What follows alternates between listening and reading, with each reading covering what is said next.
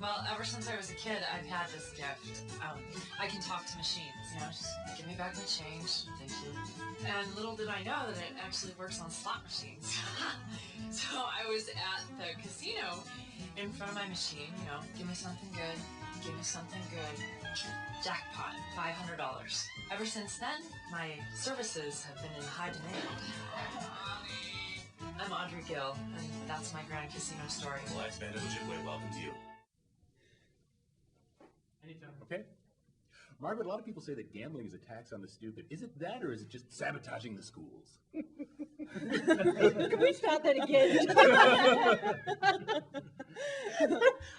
Clearly, gambling is not a rational behavior, it's a superstition. And I think one of the clever things this ad does is it sort of tries to pitch gambling to a squarely middle class kind of clientele by putting it in a continuum with those sorts of everyday superstitions and magical thinking by which we lead our lives. If I take my umbrella today, then it won't rain, or if I wear the green dress, then I'll get a date or whatever, And if I go like this over the machine, it's going to spit out $500, which is a really nice thought.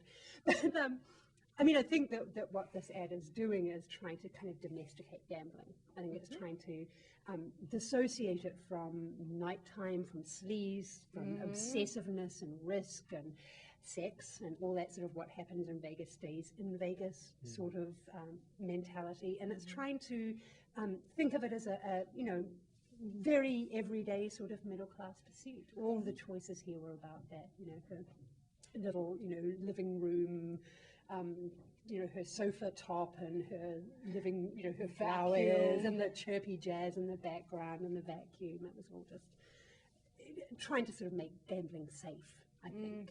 The magical thinking that you mentioned is actually very consistent with the type of person who engages in gambling. The people who tend to do this are people who don't believe that they have personal control over their future and their outside success, or their future success in their outside world. So they are the people. Literally, when we look at a personality trait that says, do you feel like you have control over your future success? The people who gamble are the ones who feel like things like fate and magical thinking, control over the machines is actually going to lead them to success and lead them to in this case, winning. So I thought this ad was, although I didn't enjoy it, I thought it was refreshing because it actually was presenting the type of person who gambles. I was a little disconcerted by her belief since she was a child that she had power over machines, and then literally showing her doing some kind of voodoo on the gambling, the slot machine. That made me feel a little bit uncomfortable, and I wasn't sure that that the people around her would have responded positively to that. Right.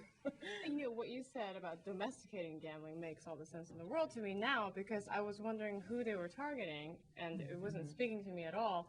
And I was wondering if they were a more attractive woman, or that was, I don't know. It just, she didn't seem like someone who would gamble, for one. So I was like, why? And so that must be the reason. She goes.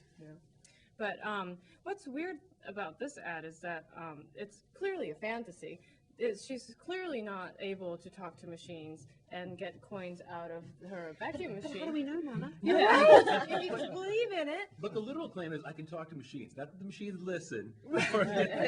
You're right. But then if you're going to translate that same power to the slot machine, you're basically saying that, well, this vacuum thing is impossible. So is a slot machine.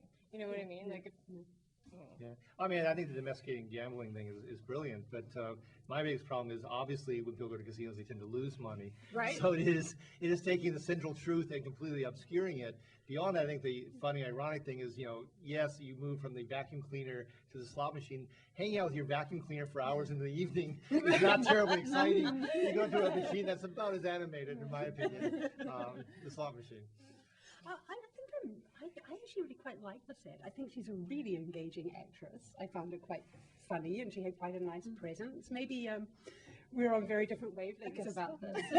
And in some ways, I mean, yeah, clearly gambling is magical thinking. There's absolutely nothing rational about it. And most people who gamble know that there's nothing rational about it. That they have. They do? Yeah, they do. But see, she there's a lot of looks research she about looks this as happy. well. When I go through the casinos, none of the people actually look happy with sitting Right, around that's machines. true, that's They look true. forlorn, Yeah. miserable, bored. Well, they're trying to give the impression that this was, at least I interpreted it, that they were trying to give the impression this was her first time gambling. And the people that you see Yeah. are usually, you know, Hardcore. they're They've been in there for since 8 hours and o'clock. hours. And I think that if we think about the statistics related to gambling behavior, you have to be there for hours and hours to win Right. anything, and that whole entire time you've been losing. So, you know, we always have a saying in the statistical world of statisticians don't gamble, and it really is because you can't step away from the hardcore truth that Is that actually true, though? yes. Is it really, I mean, is it statistically true? Has anybody done a survey of this? That you lose or that No, that statisticians don't gamble? statisticians don't gamble. I don't know. It's probably a type of person. There are a few that do, probably. But so the convention last year in Las Vegas didn't That's happen. right. Probably not. Yeah. That's a Especially way food. that apparently a whole sort of new range of researchers thinking about gambling has nothing to do with people's understanding of probability or even Right, control. right. But actually it's a space that enables them to experience hope Mm-hmm. and the elation of the possibility of hope. Even if they know it's not going to happen, there's that moment as you're tossing the dice or as you're where you think, maybe. Oh, And so that's sad. what people Yeah, kind of get yeah. addicted to. You don't have to right? watch this ad very closely to realize that we spend tens of thousands of dollars to educate every kid in America, and this absolutely tries to invalidate math, economics, psychology, and physics. It just. Honey, we're in a post-rational world. Okay. Time for exit question. What's your casino story, Margaret? I'd tell you, John, but Frank, you would have me off. Okay. Kim? I tried to actually spend $20 at a nickel slot, and it took hours. Nana. I know that I'm not supposed to marry someone with a gambling problem. Dan? Free booze and what's your question? Subsidized buffet. Coming up next, Pacific Life.